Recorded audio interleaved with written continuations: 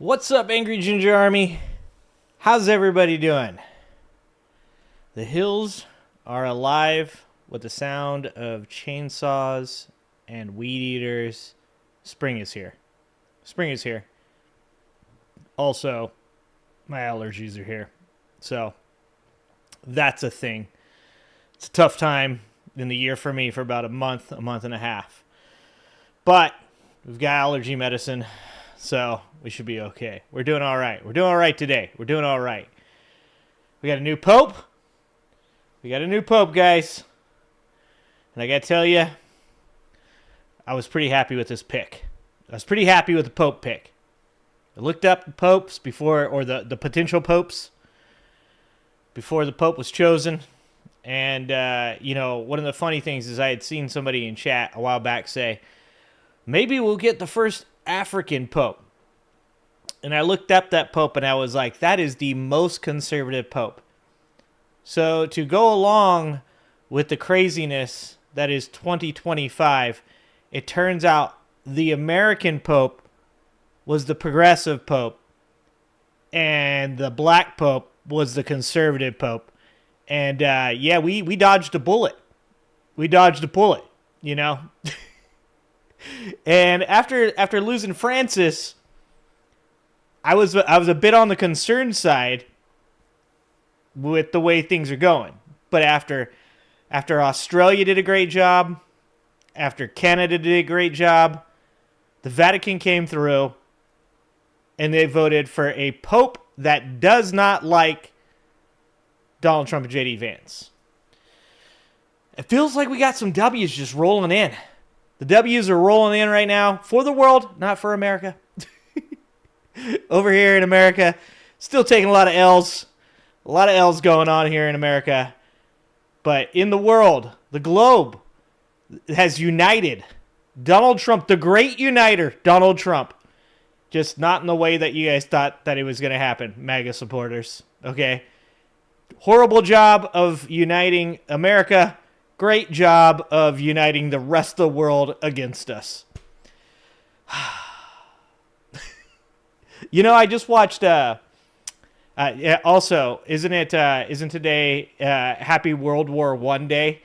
We're given like 2 days to be ready for the new national holiday known as Dub Dub Uno. Okay. No one got this day off. Even Donald Trump announcing new holidays does not work out the way it's supposed to work out. But I was just watching, ironically, my daughter, I sat down with my daughter and I said, let's watch a movie. And she said, I have to get off my phone. I'm like, yeah, let's watch a movie. Let's watch a movie. And she surprised me because I was flipping through the movies looking for a movie that she'd be into. And she said, let's watch All Quiet on the Western Front. And I was like, oh, I would love to. Are you messing with me? Are you trolling me right now? Because I get trolled a lot. And she was like, no, I've read the book and we watched the movie in school and it's really good. And I was like, all right. Let's watch All Quiet on the Western Front. And we watched it. And, of course, that movie is about World War I. And more significantly, that movie is about people getting pulled into the propaganda of hubristic leaders, imperialists, and leading, obviously, the Germans into a war with which they did pretty poorly, and most of the world was devastated by. And it is really such a good movie because it's not a movie that's meant to be watched for entertainment. It's a movie that's meant to be watched for the story, for the morals. And the 4 young men in the movie that join up, the Germans, this is a movie that shows the war from the German side. And the 4 young men that join up, of course, join thinking that they're going to, fight this glorious war for country. And you get to see exactly how long, that idealism lasts when you actually end up in war. Because war, of course, is is not glorious. War is the most horrific thing that humans can do to other humans. And there's just so much imagery in that movie that just goes to show that people just get used. People just get pushed into whatever lunatic is running their countries, idealism and their want for glory, their hubris, their want to cement their own legacy using the lives of the people that can be easily pulled in this propaganda. So it's such a pertinent movie for today. It's got such great imagery. And of course, spoiler alert, if you've never watched the movie, these young men quickly find out how horrific being in a war, specifically one like World War I, is. And, I don't want to ruin the movie for you. If you haven't watched it, you should watch it. But there's some great scenes where, the horrors of war have taken specifically the main character, young man, and have thrust him into this situation where he's, losing friends and doesn't belong in this war. And at one point, he's lost so many friends. He goes from being a very, kind of innocent person to a person that is filled with rage and, starts fighting. And it really just shows how you can be drug into something and it can change you as a human being. And that's what we see today.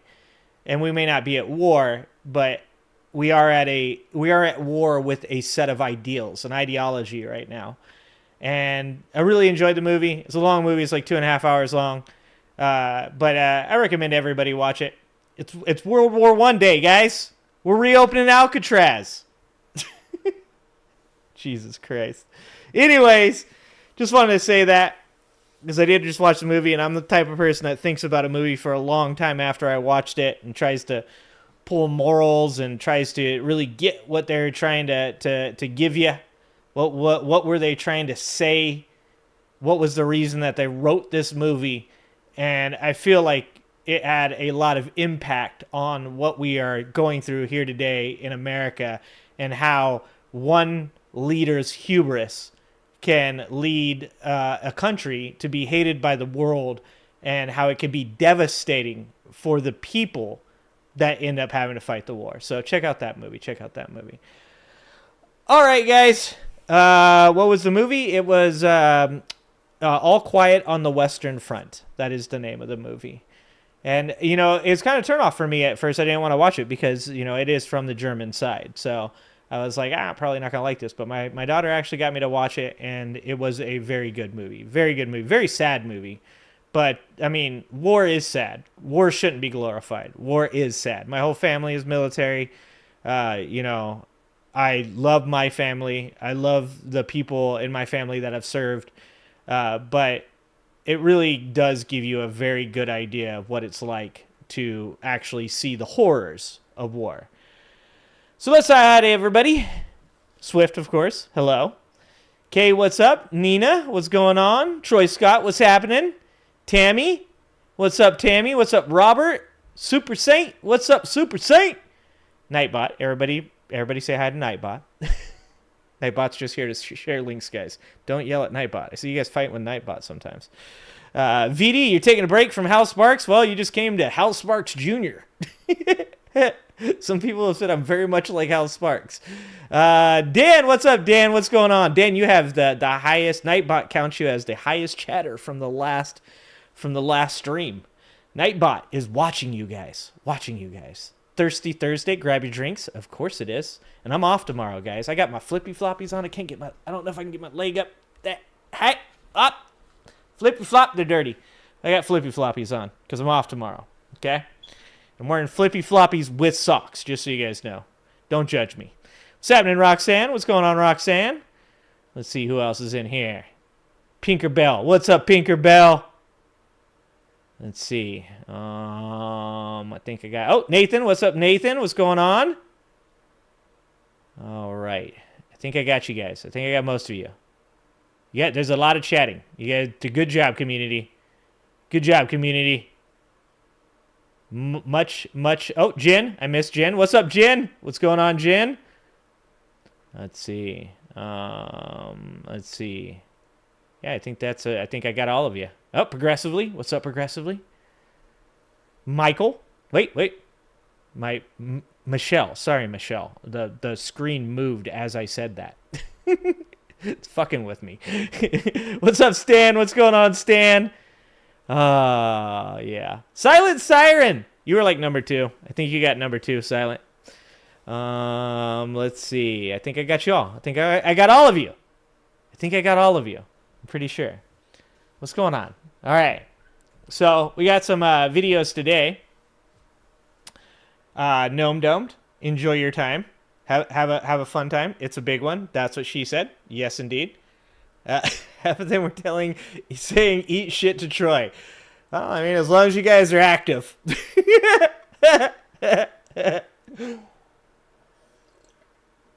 I do need coffee, not nude coffee. I don't do nude coffee. Sometimes in the morning on the back deck, maybe. Okay? I do need coffee because I did work today. Finished work. I came home. I went shopping. Got my wife some flowers for Mother's Day. Bought her a cake. You know, things like that. And then we got ready for this business. So here we are. This is where we're at. So I did need some coffee. So let's see what we got on the docket for today. We got some good videos. So let's just drop down here. So, of course, we want to talk about the new Pope. We got Adam Mockler talking about MAGA melting down, which is really funny because MAGA at first really celebrated the fact that it's an American Pope. They got really excited that it was an American Pope, which that's the correct reaction. And then they found out he was woke, and then they lost their shit. So that was a pretty amazing sequence of events.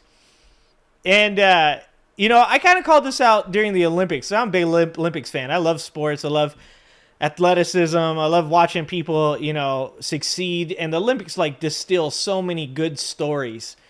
Just, like, so many people that work their ass off to get to where they are. And then to, you know, get to do it on the biggest stage in the world at the Olympics. It just always, like, it appeals to me at a very human level.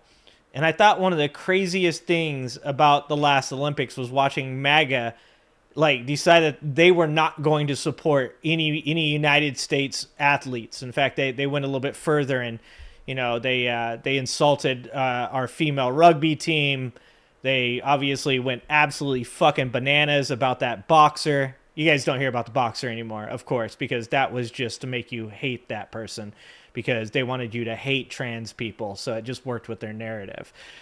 But I thought that was just so crazy. Like, when Bush was president or when Trump was president and I was watching the Olympics, I wasn't like, fuck these people because Trump's the president. Like, I still supported the United States athletes. It's just, you know, there's a thing about, like, pro athletes, football players, baseball players, basketball players, that I do understand people get irritated with. You know, the money, the massive amounts of money that are given in these contracts can sometimes be very off-putting to people. I still love football, basketball, baseball, sports like that because I come from a really bad place, and I know that a lot of people didn't have the chance to succeed without these sports, so I still very much support those athletes. But I get why there's a little bit of pushback against some of these athletes getting the money that they get.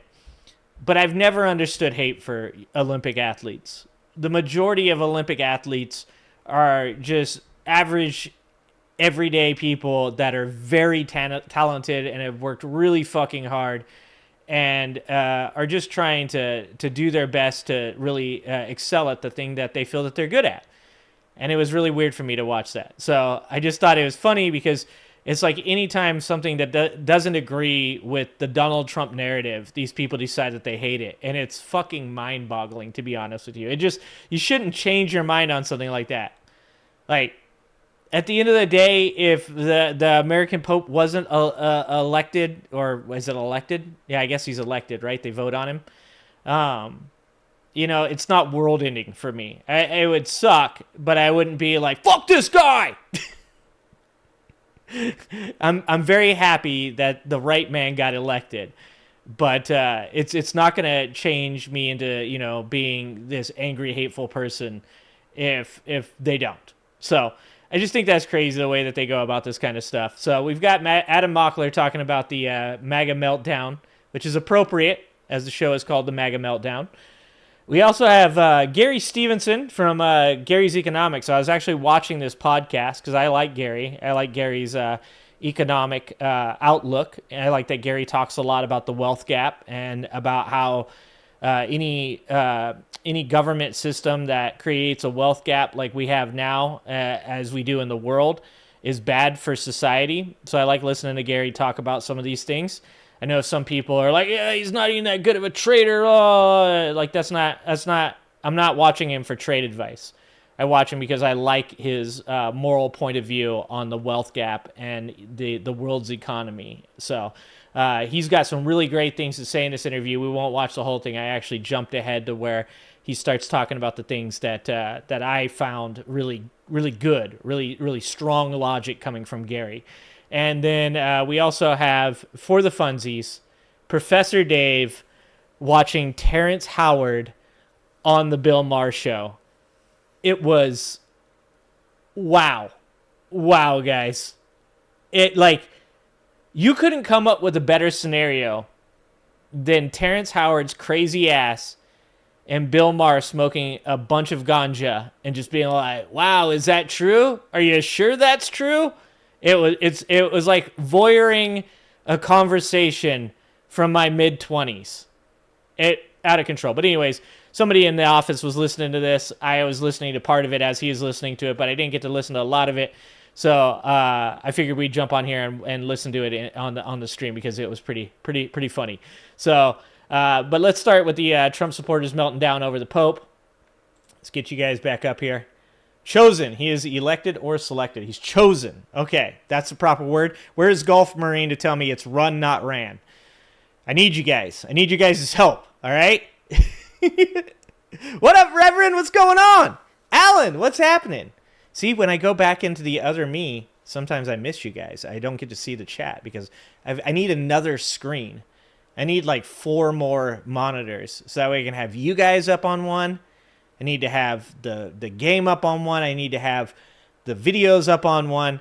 And what I have over here on the right screen is like 4 different windows up. And I can tell you guys that is something very scary to have going on.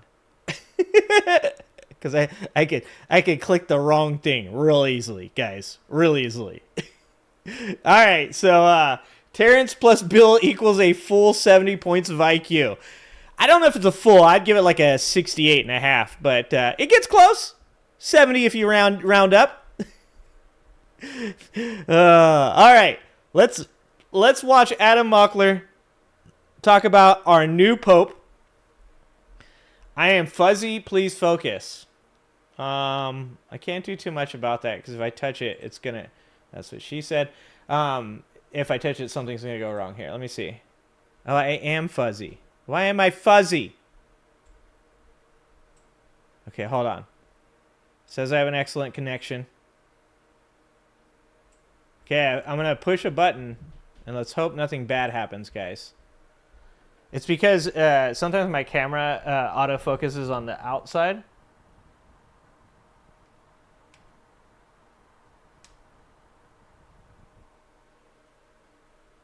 And not on me. Is it still fuzzy? I think that might have did it. Did it do it? Did he do it? Did he did it? Did he didn't do it, did he? Okay, hold on 1 second. Hold on. We're going to do it one more time.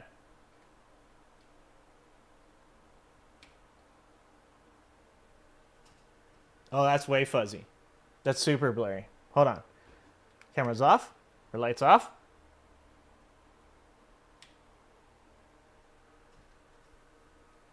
Lights on. Okay. All right. It's probably still fuzzy. It looks like it's getting worse. Hand to cam, then away from cam. Hand to cam. Away from cam.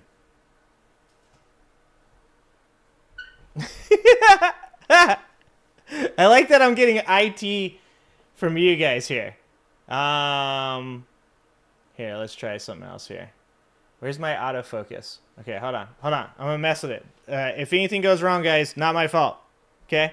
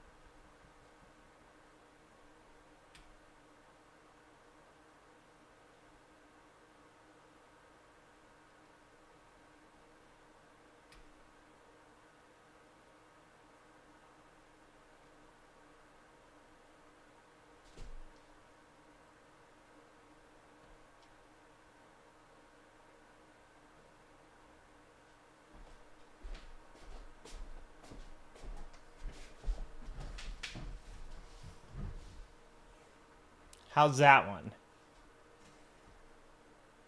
And now we're on like, we have like a...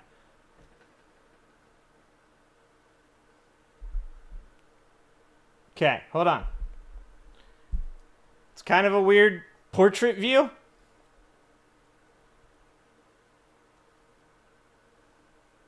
You guys tell me if that's better now. I couldn't tell he was fuzzy either, but I'm high as fuck.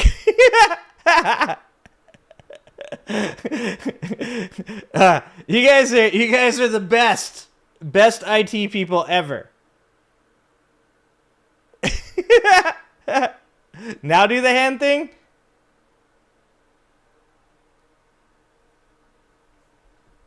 How did that work? Is it fuzzy still? How are we doing? Super Saint is my camera person now. Is it still fuzzy? You guys tell me if it's still fuzzy. Okay, we're gonna start the video, and you guys tell me whether or not I did a good job or not, because I doubt I did a good job. But we're gonna do this anyways. Let's start the video so that way we can get to it. Are they actually even religious, or is that all just a performative stunt? Because we finally have a... I genuinely can't believe MAGA sometimes. Are they actually even religious, or is that all just a performative stunt? Because we finally have a pope from the USA. Out of the 266 popes that have led the Catholic Church, this is the first pope from the USA, from Chicago, in fact, where my recording studio is. And rather than being grateful or celebrating or praying, whatever MAGA should be doing, they are mad. They are melting down on Twitter because the new pope is not sufficiently radical enough. Because the new pope doesn't agree with Trump's most radical policies on immigration and... Okay, hold on. We're gonna try one more thing. We're gonna do it one more thing here. You guys ready for this? Oh wait, autofocus on.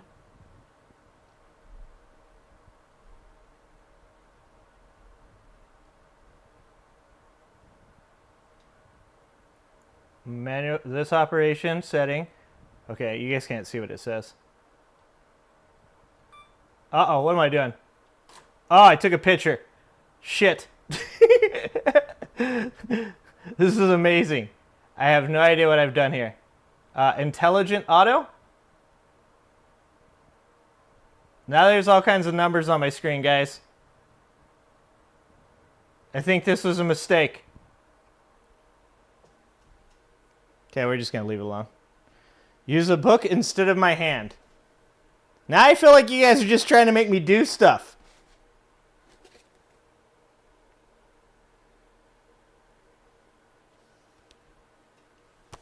No.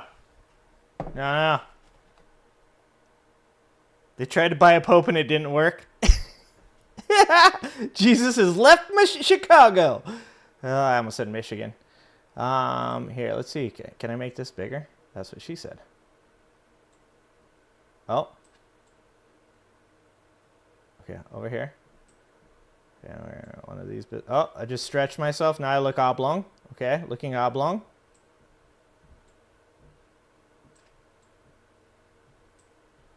I look very white. I'm very white now. Okay, whatever. We're going to fix this later. We'll deal with it later. I don't even know what my camera's on anymore. I pushed so many buttons, guys. I pushed all the buttons. Guys.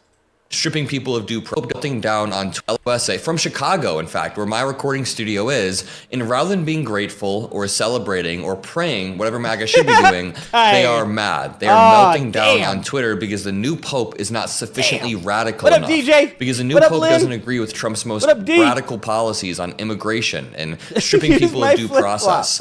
I mean, this is the least Christ-like movement I've ever seen. It's more cult-like than anything. Can MAGA supporters watching this video, I know a lot of them watch this video, can you tell me what verse of the Bible says, lie to thy neighbor, call thy neighbor nicknames, steal from the rich, evict the poor? Which Bible verse says that you should just grab women by the you-know-what? Which Bible verse says that you should hoard a massive amount of wealth while, again, evicting poor people, as Trump has done multiple times? This dude is the antithesis of what Christianity stands for. And with that being said, let's jump into the story. 5 years ago, Robert Prevost reposted a tweet from Bishop Burbidge, and it says, "We continue to pray for Mr. George Floyd and his family in his honor, and we prepare for Pentecost as we ask the Holy Spirit to unite us and heal our wounds. May all hatred, violence, and prejudice be eradicated so that we may live in harmony and in the peace of our Lord Jesus." You know, that's actually a solid message. I'm not a religious person myself, but I like that message. That's solid. But that is wokeness to MAGA. That is genuinely what wokeness is to MAGA. Art Candy says, "Oh man, MAGA is going to lose it about Pope Leo the 14th, Robert Prevost, who reposted someone who was praying for the family of George Floyd, and she was right. They are incredibly mad." Harry Sisson said, "The new Pope, anti-Trump, anti-JD Vance, pro-immigration, pro-refugee, pro-gun control, said racism should be rejected and justice should be sought." Pro-gun control. A Christian that's I guess he's not Christian, he's Catholic, right? A Catholic that's pro-gun control. Oh, man. I am sorry for your loss, MAGA. Sorry for your loss.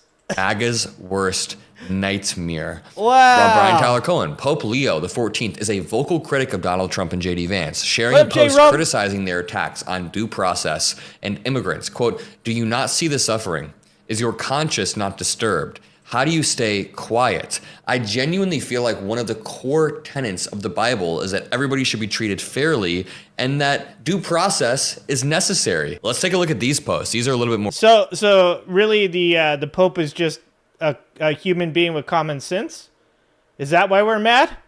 We're mad because the Pope has common sense?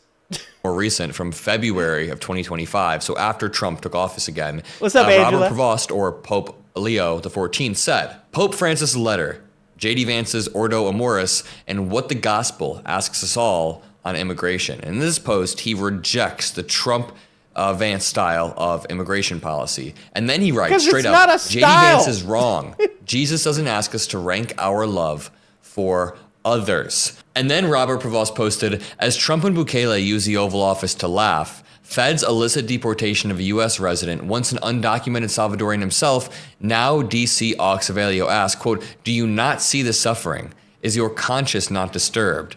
How can you stay quiet?'" That is Robert Prevost taking a stand. Honestly, I'm kind of happy to see that we finally got a pope from America and a pope from Chicago, which again is where my studio is, and that he is a solid, empathetic person. What about this post from Lord? How can you be mad about this? How can you, I'm not a religious person. I don't really think very highly of the religious institutions. But I've said this before. I don't have anything against people being religious.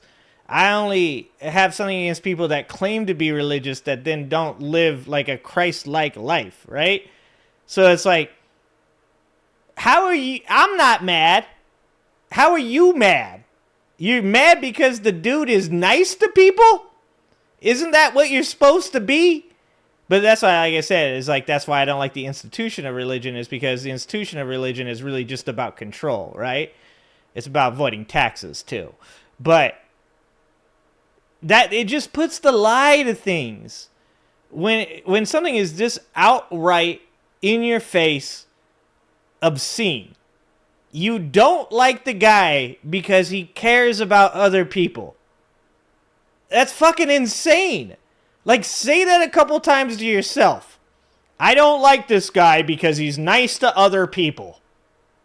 Just if you say those words out loud to yourself and you're like, yeah, that's common sense.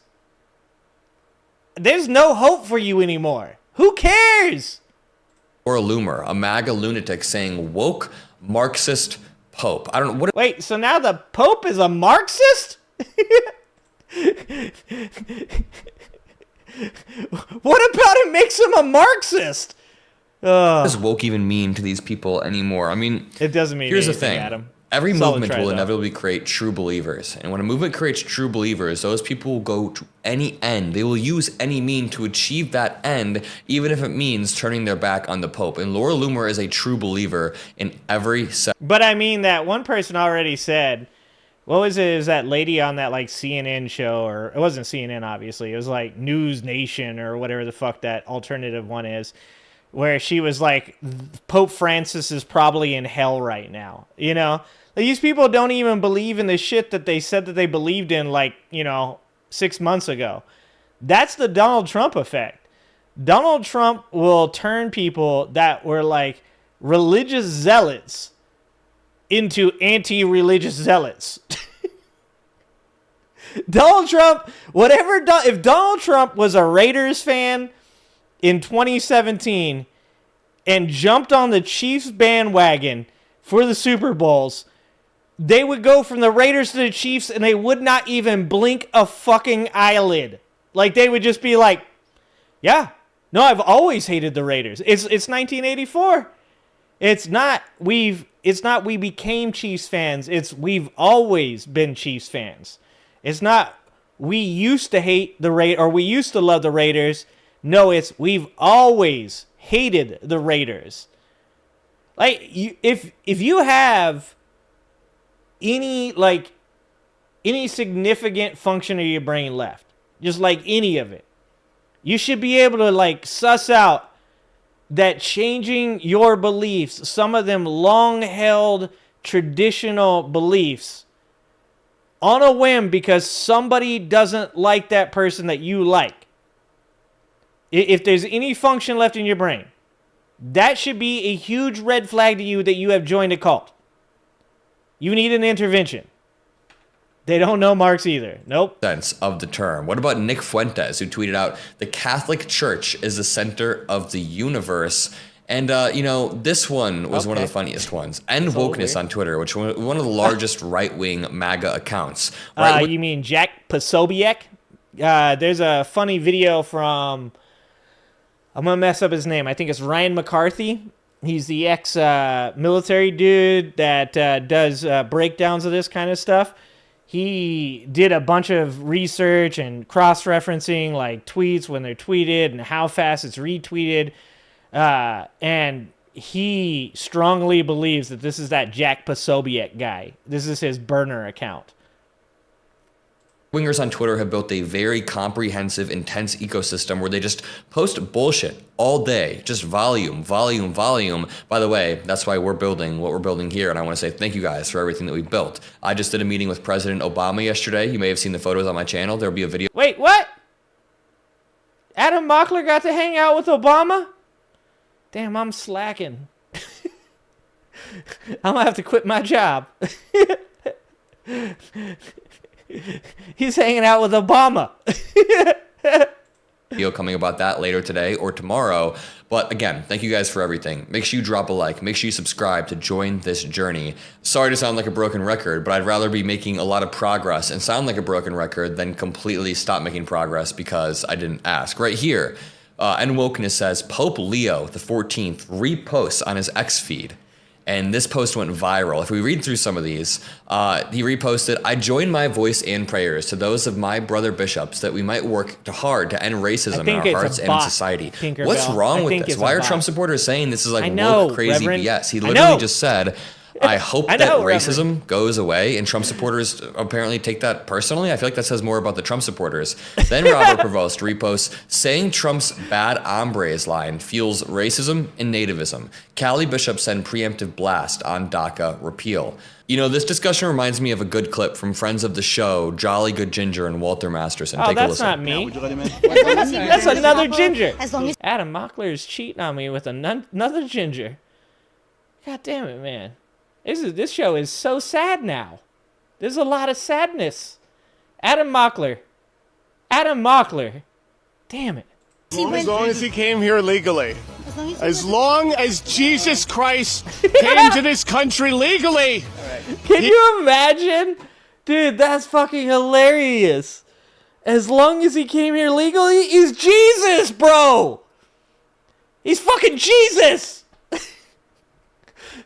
You would think Jesus would get a fucking H-1B or something, right?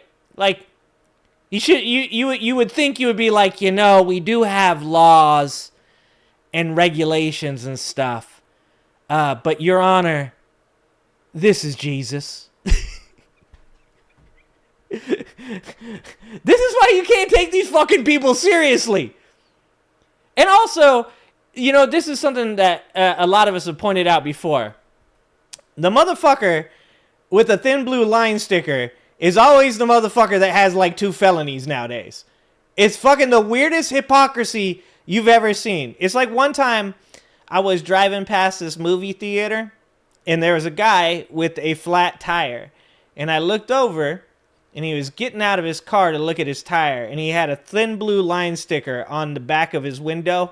And he got out and he had a 40-ounce beer in his hand. And I thought to myself, sir, either you don't know what that sticker means, or you do and you drunk drive a lot and you hope that you're not going to get pulled over. Because I'm going to guess that this guy does not support the rule of law. Come on, man. You're not going to let Jesus in unless he comes in legally. Like, do you know how long it takes to become a citizen of the United States? Imagine if Jesus was like, holy fuck, like shit got bad again. I'm going to have to die for these people's sins one more time. We're going to hit the reset button one more time. And white people, I need you to hear me because you guys are the worst about this. Okay? You guys need to not do bad shit to other people. All right? No more colonizing. No more racism. No more discriminating. And dudes, I'm looking directly at you. White dudes. Especially bald ones with ginger beards. I'm looking right at you. You guys, I'm going to go one more time. I'm going to get up on that cross, and I'm going to give my life for your sins. We're going to hit the reset button. We're going to start all over again, boys. And we're like, oh, okay, well, that's a good thing because we have gone too far. And then Jesus gets to the border, and they're like, really sorry, but you're going to have to go through the whole process. Like 8-9 years later, Jesus is finally in front of a fucking judge. And he's like, hi, I'm Jesus. You might have heard of me. I'm here to die for your sins. I've been waiting like 9 years. Also, they took my kids from me. I don't know where the fuck they are. The government doesn't either. The government's like, you got any fentanyl on you? What the fuck? Ah. Jesus stuck at the border because he obeys the laws of our land. Solid story, Jesus. Everybody, we get a lot of Jesuses in here, okay? I'm always talking to a mirror. We would let him in. Thank you, gentlemen. Thank you. No, thank you. No, thank you. Yeah. No, I feel like Jesus was kind of like a big open border socialist. Well, that's interesting that you say that. Well, there are some things that... Saw we thee a stranger and took thee in, or naked and clothed thee? As ye have done it unto one of the least of these, my brethren, ye have done it unto me. What do you think it's about? The only thing I can say is until we get our own people under control, I'm not worried about anybody outside this country. We were talking about immigration. I can't. There were some parts in it that I thought were like pro-immigration. They are. Jesus was an immigrant, right? Illegal immigrant? No, he was born in Nazareth. It was like an anchor baby.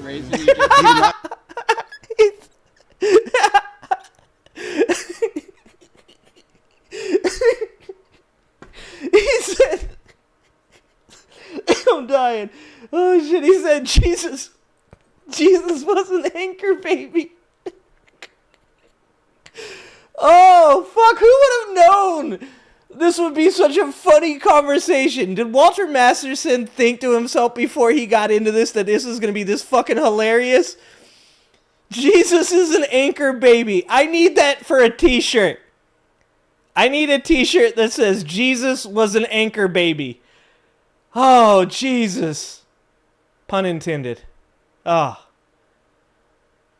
fuck. Oh, I needed that. I needed that. Later, Reverend. Appreciate you, Reverend. Later, buddy. Get some sleep, man. Never came in through any country legally. Hold on, I want that one more time. About anybody outside this country. I want that We one were more talking time. about immigration. There were some parts in it that I thought were like pro-immigration. They are. Jesus was an immigrant, right? Illegal immigrant? No, he was born in Nazareth. It was like an anchor baby. Raised in Egypt. He did not apply for visas. He never came in through any country legally. If people come to our country and we don't give These people would reject Jesus nowadays because Jesus was slightly brown. They would reject Jesus nowadays. But to continue reading was these very MAGA brown, reactions, by the way. then Very Cat brown, Turd. not slightly Like, listen to brown, this. Adam. Cat Turd, who's Very met brown. Trump, who's met Tucker Carlson. Dude, the fact that we're quoting fucking Cat Turd is like just all the evidence you need that we've gone too goddamn far. All right, guys?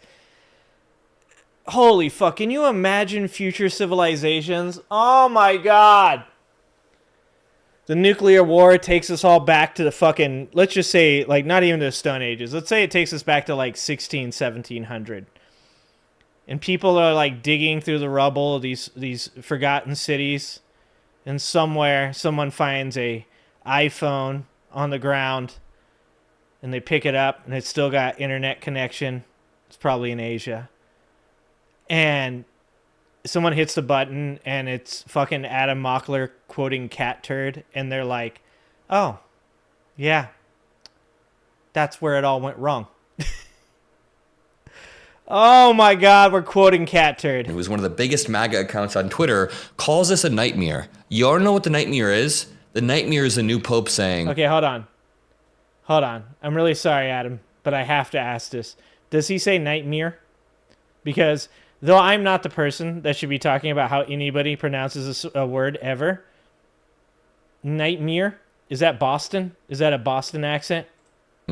I join my voice in prayers to those so that we could end racism in our hearts and our society. What's a nightmare about that? What about this one? Oh, we already read it. No, I'm never gonna What about this not one? hear To it. my colleagues, your cowardice to act cannot be whitewashed by thoughts and Okay, prayers. is he doing this None to of this fuck with ends me right now? unless we do something to stop It's it. cowardice, So right? Robert My Prevost cowardice. is I think obviously a Adam's little bit fucking with more me. left-leaning, obviously a little bit more liberal. And that makes sense. He's empathetic. He understands that religion is used for empathetic means and not just to isolate people like MAGA uses religion. I'm going to leave it at that. Again, I Midwest, have a video that's what coming it is, out Nathan? later today All right. or tomorrow about my meeting with Obama. I already wrote about it on Substack. If you want to check out the Substack below, it was an absolute honor and it was only possible because of you all. So thank you so much for helping me build what we've built so far, and we will continue to build. Thank you to the whole team who helps make this possible. See you on the next video. Peace out. Bye, Adam. Bye. Thank you, Manny. Marjorie Taylor Thank you, Greene. Manny. Hold on, I have. It's not that time. It's not that time. I have. Holy Jesus. And I'm going to just keep saying Holy Jesus for the rest of the year. Over and over again. Because apparently that's offensive to MAGA people. I'm going to invoke Jesus as much as I can nowadays. Since apparently they hate Jesus because he was an immigrant that isn't going to come into our country legally. It's such a fucking strange time to be alive. There was a time, right? There was a time where I would argue with people over religion. And I would say, religion doesn't have any like real good use. And people would say, well, that's morality. Morality comes from religion. And I'd say, no, I disagree with that. I believe that morality comes from evolution. I believe it comes from hunter-gatherer societies. I believe it comes from social situations. I believe that's where morality comes from. And they go, well, it is helpful in some places. And I'd be like, where? Like, tell me one place where it's helpful. And they'd say, well, what about prisoners? What about prisoners that find Jesus and turn their life around? And I'd be like, all right, that's pretty solid. Because some people, for sure, need some type of discipline in their life to keep them on the right track. So, though I do not agree that being religious makes you a good person, or if you need religion to make you a good person, that's a good thing, you're correct about that. Every one of those people would argue that Jesus' influence actually made you a better person. In today's world, we're questioning whether or not Jesus was a good person if he crosses the border illegally. It's fucking insane, man. It's out of control. Oh, thank you for the $10. Gnome Dome. $10 from Gnome Dome. The Messiah is an immigrant detained at the border, severed from his trinity, his wife, and his daughter. Saul Williams. That's Saul Williams? Dude, I love Saul Williams. What's the name of that original spoken word, Gnome Domed, from Saul Williams? What is it? Something on Mars or something on the moon? God, it's been a long time since I've listened to Saul Williams. That was a lot, but that's an amazing spoken word record.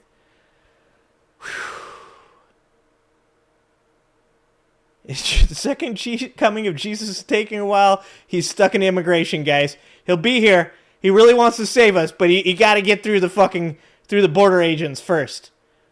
Hopefully one of those militia members doesn't get a hold of him.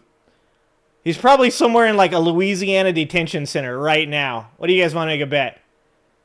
Oh my, he's waiting for his dad to come get him out. Whitey on the moon? That would have been amazing. I don't think, no, not talk to strangers. Is before it? No. Okay, we got to do it. You guys know. Google Master.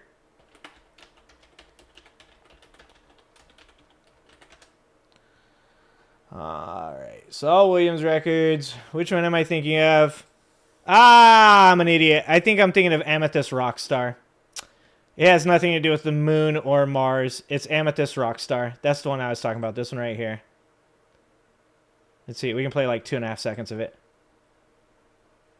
Such a good record. Such a good record. God, I love that record. All right. Nightbot. I still haven't figured out how to calm Nightbot down. I'm working on it. I've barely figured out how to get Nightbot in my chat, Golf. Okay? Dude. You exactly Gnome Domed. So good. So good. So good. Nightbot blocked you? Dan! What did you do? Ah, fuck. Nightblock's kind of a Yahtzee. I'll talk to Nightbot. After the show, me and Nightbot will have a conversation. I figured out how to get him back because apparently when I deleted my clips channel, it deleted the connection between Nightbot and YouTube. So I don't know. I'm working on it. All this is computer, guys. All this is computer. All right? I'm working on it. All of this is computer. All right. You guys are just lucky I haven't accidentally taken down the stream tonight. Okay? Shit, I had to check just to make sure. I had to click on one of my windows. It's like, fuck, it might actually be down. Okay. All right. Try not to get blocked by Nightbot. Try not to get blocked by Nightbot. Dude, IHIP instead of you, I'm down with that. Troy Scott, we have met in the middle. Bipartisanship has been achieved. Replace the view with IHIP. I'm fucking down. Look, I love Whoopi. I love me some Whoopi. I am old enough to know about Whoopi. All right. And the IHIP ladies. I'm down with that. Bipartisanship has been achieved in 2025, guys. All right. So this is Gary Stevenson from Gary's Economics. And this is a podcast that he went on. And it's a trading podcast. So a lot of the talk on this is about trading and stuff. But like I said before, I don't really follow Gary for trading tips. I've got my own tips. No offense, Gary. But I really like Gary's opinions on economics and on the wealth gap and how it's leading to a situation that's going to be untenable, not just in America, but in the world.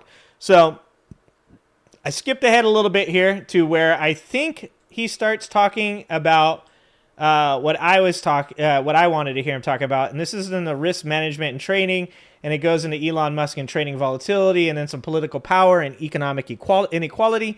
So we're going to take a look at this video from Gary Stevenson on, I believe the podcast he's on is Words of Rizdom, which not my favorite name of a podcast, but we're going to go for it. You win the game by having the best understanding. With regards to risk management, so obviously you mentioned before the trader lost me 8 million in a week. I studied maths and economics, and I'm kind of like a mathsy guy in my heart. I was trading interest rates, the short-term interest rates. So the beauty of interest rates is you're betting on what's like the base rate going to be in a year, and theoretically you can literally just hold it till then. So you're kind of immune to the market. You're like, okay, it's a little bit ahead of this. Let's jump forward here.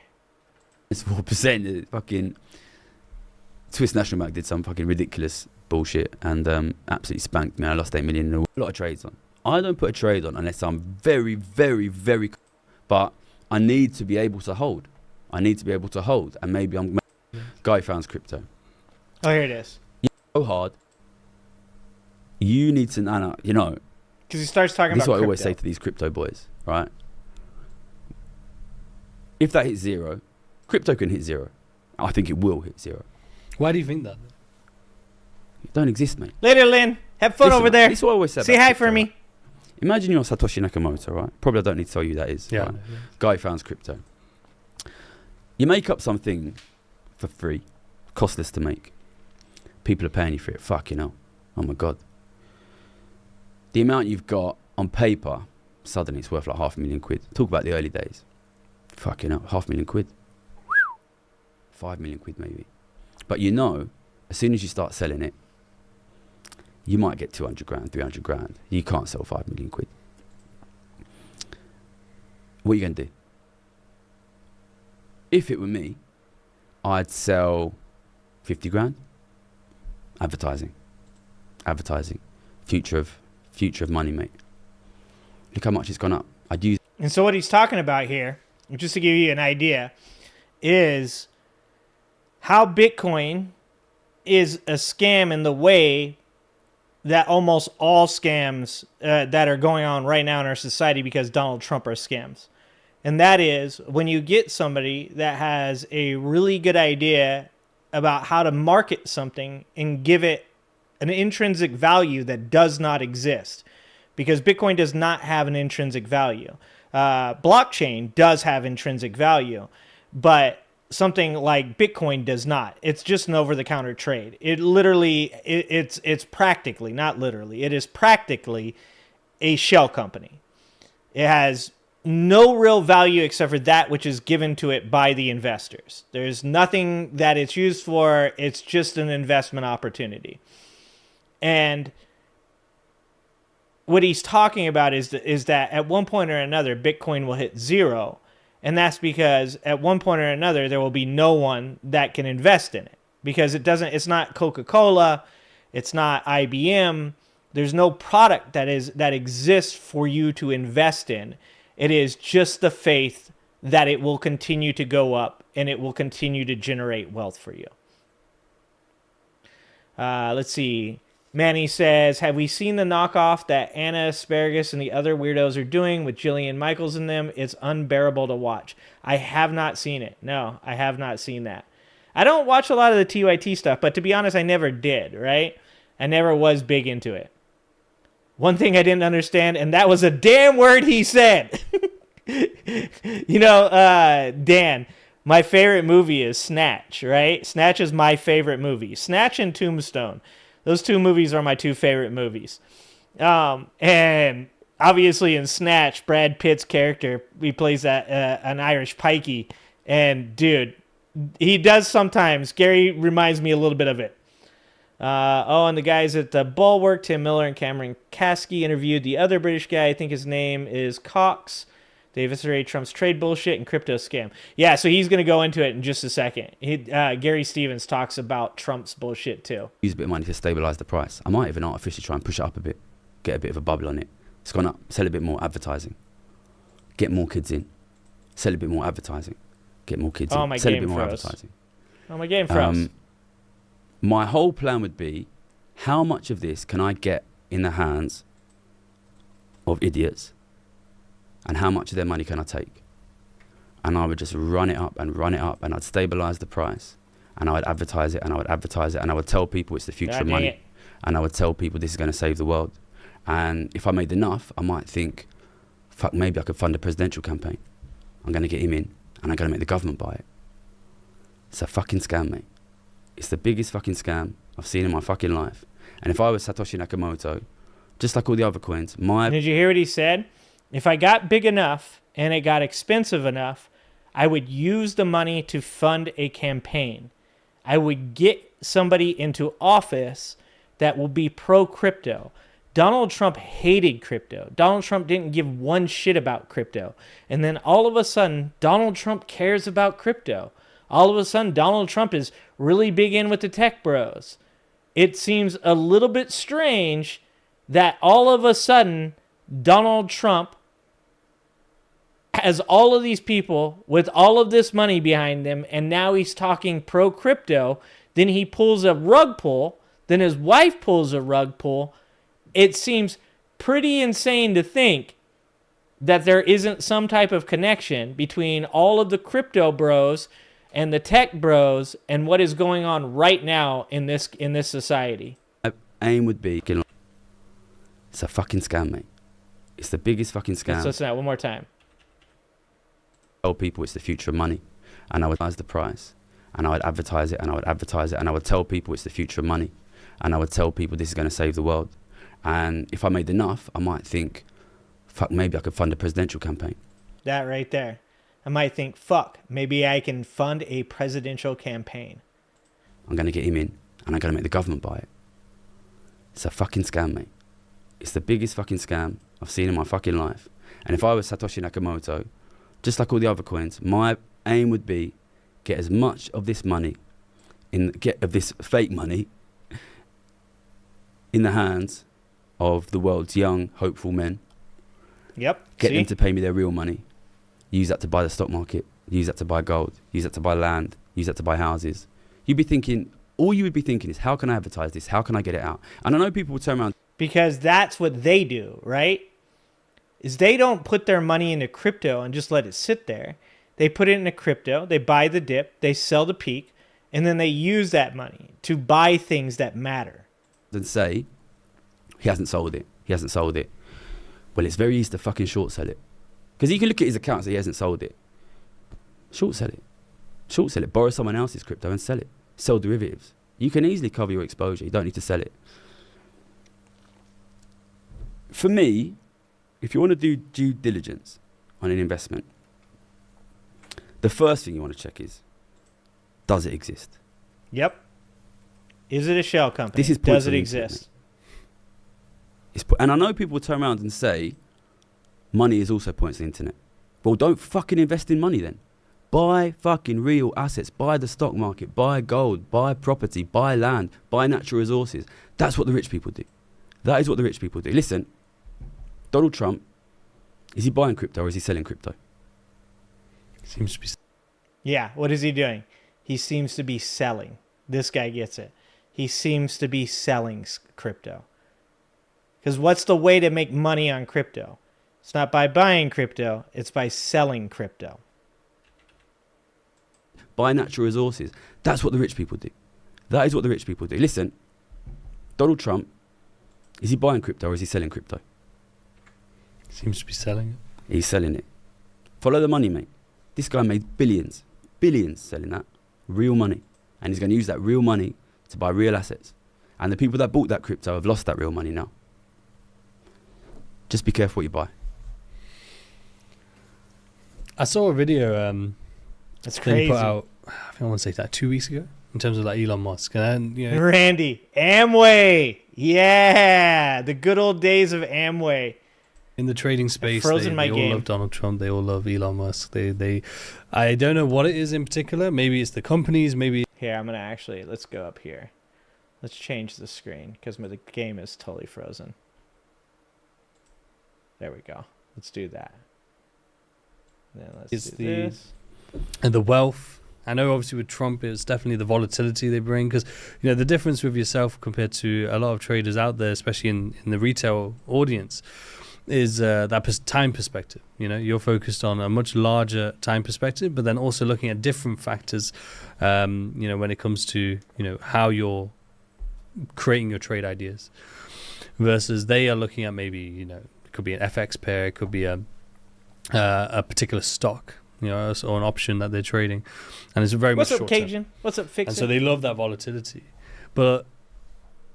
One thing I heard you talking about in terms of like Elon Musk, for example, was in regards to how really it's a lot of a distraction going on. We see, bought X, well, was Twitter, but X now. And then we're seeing a lot, like in the UK, a lot of the Americans don't realize, because I was just over there for a month.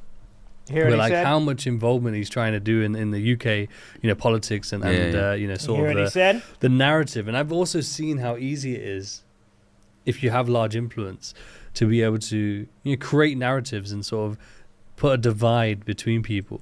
This is not a political show. This is a podcast for traders, people that trade stocks. And listen to what this guy is saying.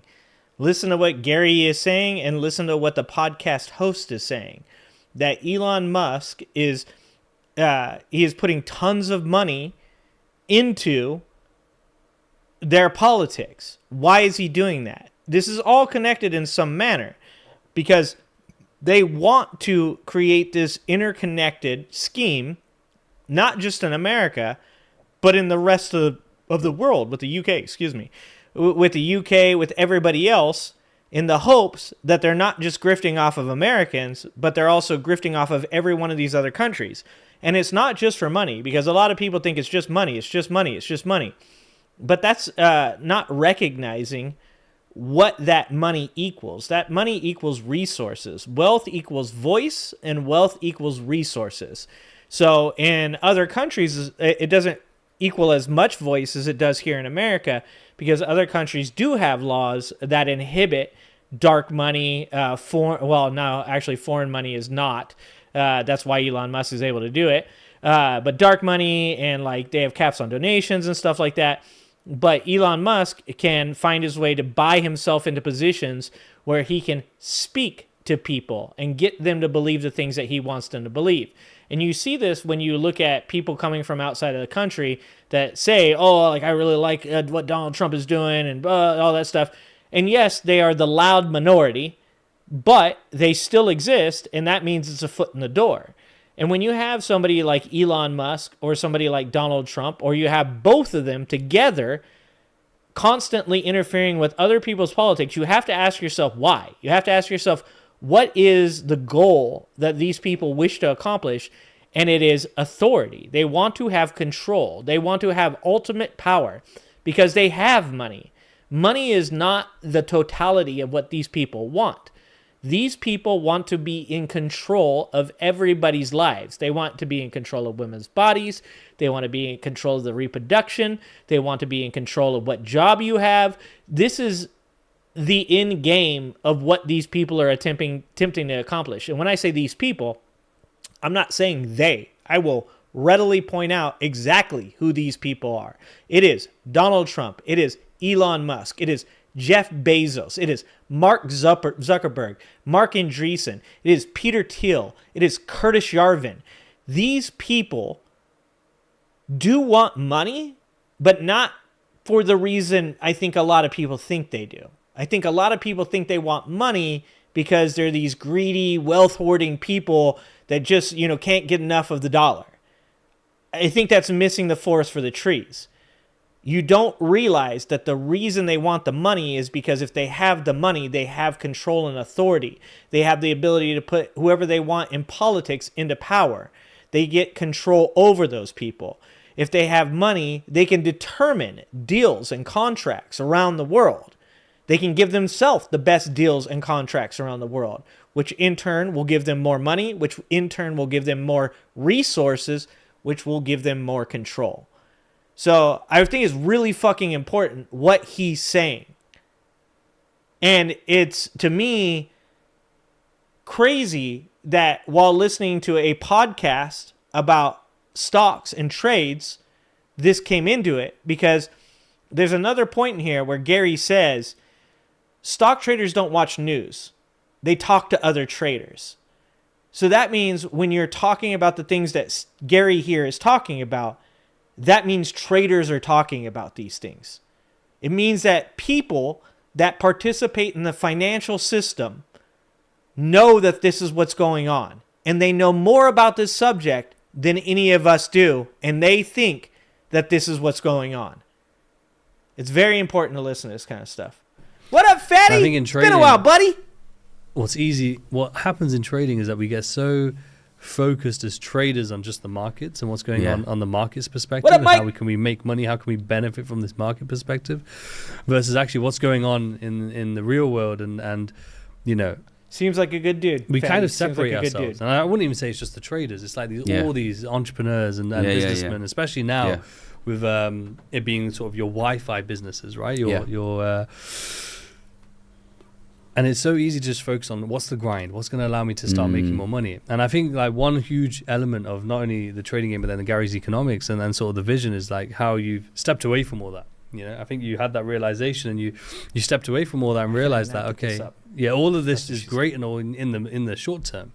But overall, as you've said, like our economy is going to keep getting worse and worse and worse and worse. And it's not just ours. I think like it's pretty much the same across the world. Yeah. One thing I've noticed in America, in Canada, in most of Europe, here in Australia, is this the same narrative right now, from interest rates to cost of living to then immigration, mass immigration, and all the problems that people seems to be shared right now, as well as currently everyone talking about China, talking about obviously, of course, Russia and a new, sort of stepping away from the dollar, etc. Like, what is it that you're foreseeing? Like, what are those key attributes that you're seeing is sort of leading to these things?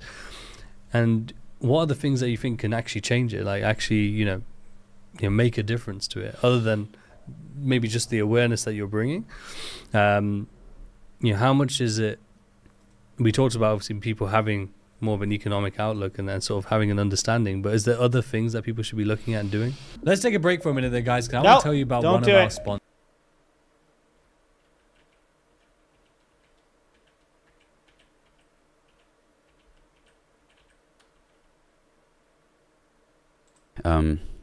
A lot of Americans don't realize that he's like starting to support anti-immigration parties all over the world. I was support me.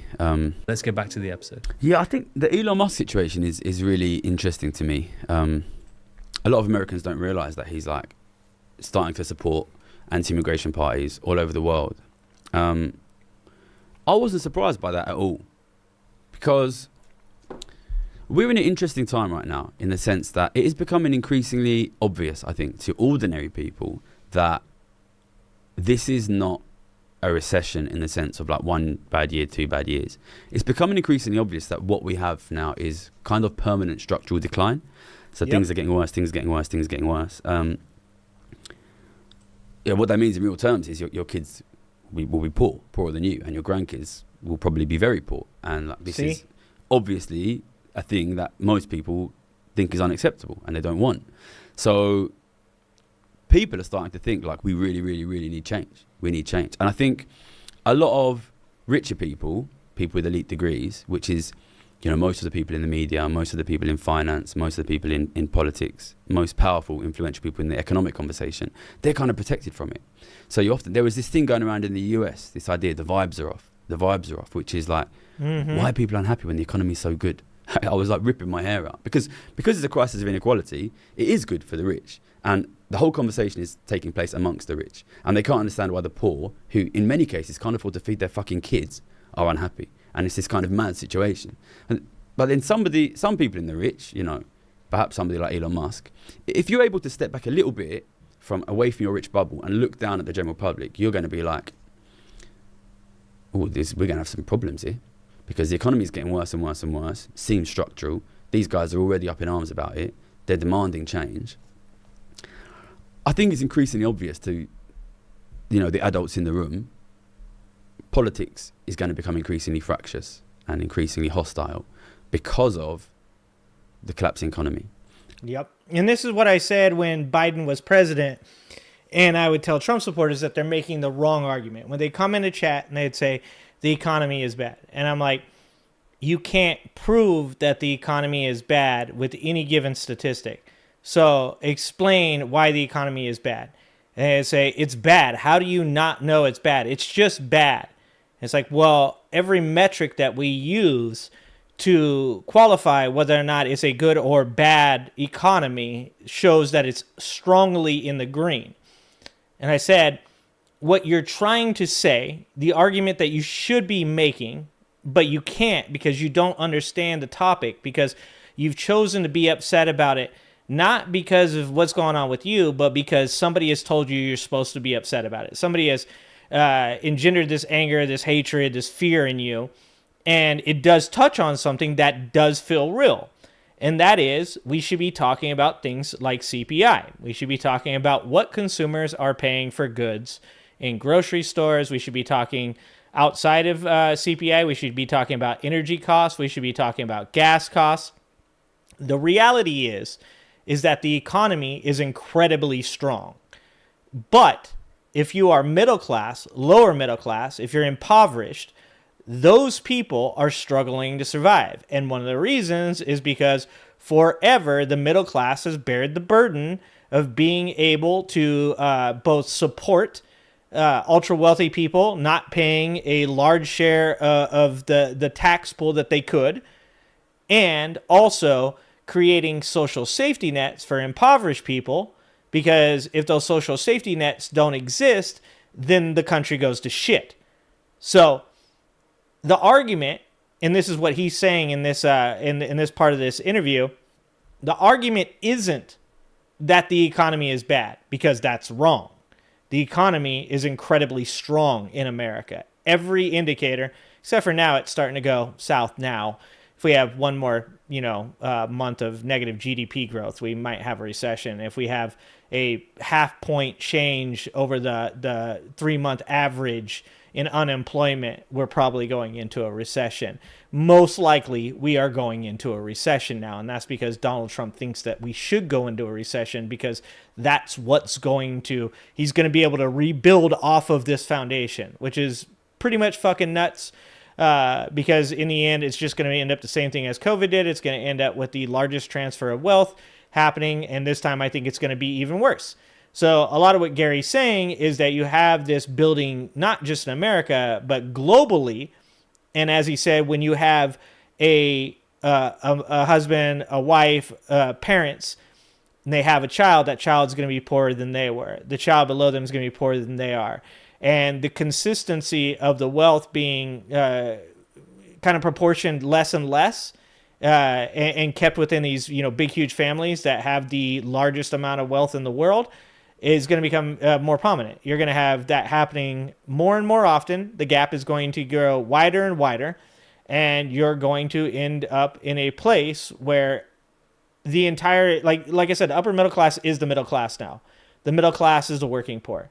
So the entirety of the middle class and below are going to be so disenfranchised from whatever country that they live in, that they are going to become angry, and they're going to become violent, and there is going to be a revolution. I don't think that Gary's saying that, but that's my opinion.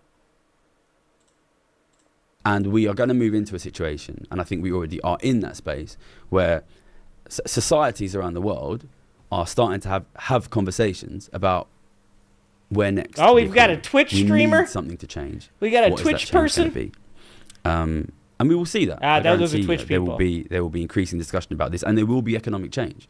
Trump's come in and he's doing things that economists and politicians they just come in and say, 10 years wrong. ago would never dream about. They're the smartest people ever. He's They're speaking over about on things that the politicians would smartest never people dream ever about. always on So Twitch. you're someone like Elon Musk. You're looking at. He's and way you're saying, smarter okay, than Gary. Don't worry, guys. Definitely, Don't worry, guys. 100%. When you guys want Economy's gonna advice, get worse. go to Politics is Nato gonna Bud. change. He's What got it kind of all change figured people out. Well, there's a quote from Milton Friedman, American economist: "At times of crisis, the new ideas will be chosen from the ideas lying around at the time." It's very, very clear, very obvious what the loudest new idea on the economy is. It is the problem is immigrants, the problem is immigration, the problem is foreigners. What you need to do is be harder on immigrants. Yep, because that's what you do. You deflect. And fear of the other is the strongest tool of control. It's one of the 4 tools that all politicians use during an election cycle. And that is the barbarians at the gate mentality. the idea that, once again, billionaires aren't stealing your cookies. It's these immigrants that you've never, ever met in your life. You've never actually experienced them taking your job. You've never experienced them being a burden on you. But they exist because I've told you they exist. Me creating this fear of the other in you, it isn't for my own political gain. It just happens to be coincidence that we're doing this during an election cycle. No, it's totally that this is happening all the time. Yeah, you've never experienced it, but you should be afraid that it could happen to you. That's pretty much the same. It's the same thing with the trans argument where, like they're grooming children. Oh, has your child been groomed? Is that happening? Did that happen? No, it's never happened to me, but it's happening to other people, so it could happen to me.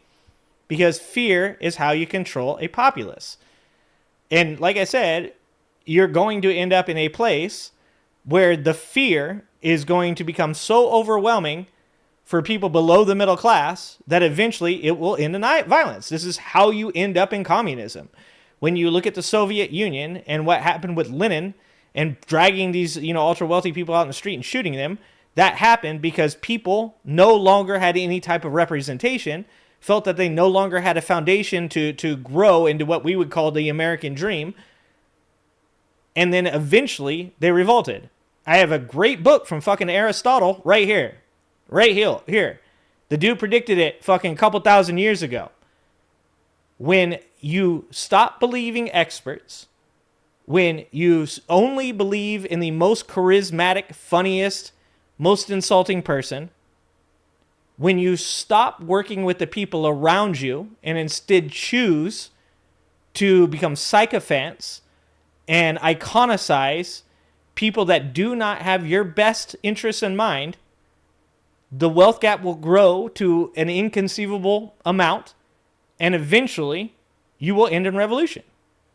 It's either an autocracy that fails, a tyranny that fails, because neither autocracy or tyranny is long-lived, or it becomes communism, which is equally bad because then you have a power vacuum that is picked up by whoever at the time has the most status, connections, and wealth. So once again, you end up just having another form of autocracy. It's very, very it could eventually go to important. Like new idea on the economy is the problem is immigrants, the problem is immigration, the problem is foreigners. What you need to do is be harder on immigrants. You already chased off my Twitch guy? Towards things like deportations. He's going to tell me how much smarter he was than me and Gary. Things like tariffs. He's totally going to tell us all. And Aristotle. He's going to tell us how we should listen to him instead of Aristotle. The loudest story on the table. What is the second loudest story on the table for the problem? I think it's us. It's me. It's my story. Not specifically me, but I'm not the only person saying it. The problem is the billionaires. The problem is inequality. What you need to do is raise taxes on the super rich. You need to make the rich less rich. You need to get that wealth put back into society. So if you are Elon Musk, richest man in the world, you're sitting here looking at the political situation. You're saying this is probably going to go one of two ways. Either kick the immigrants out or tax the billionaires. And you are a billionaire who is the richest man in the world. Yep. What do you want? You want people to think it's to blame the migrants, right? That's what you want, all right? So it makes total financial sense for him to think, well, we need to fund this. We need to fund the anti-immigrant stuff because in a very real... I have a YouTube channel where all I talk about is the economy and how inequality is growing and it's hurting your living standards. You need to deal with it. You need to raise tax on the rich. You need to lower tax on working people. Yep. And the number one most common comment I get criticizing that is that's not true. The problem is immigrants. So what does that mean? That means hatred of immigrants is literally the main thing standing between Elon Musk and the other billionaires and higher taxes. Yep. So of course they're going to fund it. Of course they're. So there you go. If you're Elon Musk, if you're fucking Mark Zuckerberg, Mark Andreessen, if you're Bill Ackman, if you're any of these people, it's the smart play. It's turn the working Americans, the working British, the working Europeans, the working Russians, whoever it is, turn them against the fear or use the fear of the other to turn them against what they claim are the people that are stealing your stuff. Meanwhile, while you're fighting with them, they're picking your pocket. Every one of these things that we talk to go back to the idea that the ultra wealthy could fix every ill in this society with just but a portion of their wealth. But they don't want to do that because they don't want you to have a voice. They don't want you to have control over your own life. They don't want you to have a say in this. They want you to think you have a say in this. But we all know that if a bill needs to be passed and it's not supported by the ultra wealthy, it will not pass. We've seen those statistics. We've seen the statistics that show if the majority of Americans want something to happen, but the ultra wealthy do not want it to happen, it will not happen. And that if the majority of Americans do not want something to happen, but the ultra wealthy do, they will make it happen. And right now, what they want to do is they want Americans fighting with other Americans. They want Americans fighting with foreigners. Because they're not foreigners. They're just fucking people in your country fucking paying taxes that they'll never, ever get to fucking use. They want that from you because right now we are teetering on a decision. And that decision is, do we allow billionaires to completely control every single thing that we do in our lives? Or do we unite, stand the fuck up and say, I would rather die on my feet than live on my knees? They're going to fund it. And if they win, then what you will get is, and I mean, I think in the short term at least they will win. I mean, Trump is literally in office now. I think there's a very good chance we'll get Farage in office here. There's an election in Germany. The far right will do, they don't know, call them the far right, anti-immigrant party. The anti-immigrant party will do very, very well. These guys will get into power. Yeah, I did see Bill Gates was giving away. Yeah, like I said. But even they won't take being a billionaire might not be illegal, but it is immoral. There's a right way to do it. And I think it's obvious what they will do. And we'll see. We'll see what Trump does on this. I don't think Trump's policies will work on the economy. I think what he will say and what anti-immigrant parties will say is the reason we couldn't improve the economy is because the more like central factions of our party or the Democrats, blockers, elements of society blocked us from being as aggressive as we needed to be on immigration. And they will then push for more extreme opinions on immigration and... Yeah, that's prophetic, what you just said right there. What you just said right there is prophetic. Every single one of you in chat knows that's exactly what they will do. If they're unable to complete their goals while in office, they will just blame the left for blocking them from doing it. They will blame conservatives and call them rhinos and say that that's the reason that your life never got better, right? So I keep saying this over and over again. Do you think new trade deals are going to make your life better? They're not. Do you think that tariffs are going to make your life better? They're not. They're a regressive tax. They're a tax on the middle class. Do you think that any of this that they're doing right now is any type of actual support for everyday people? None of it is. So what are they going to do? They're going to continue to pocket money. They're going to continue to take advantage of the situation.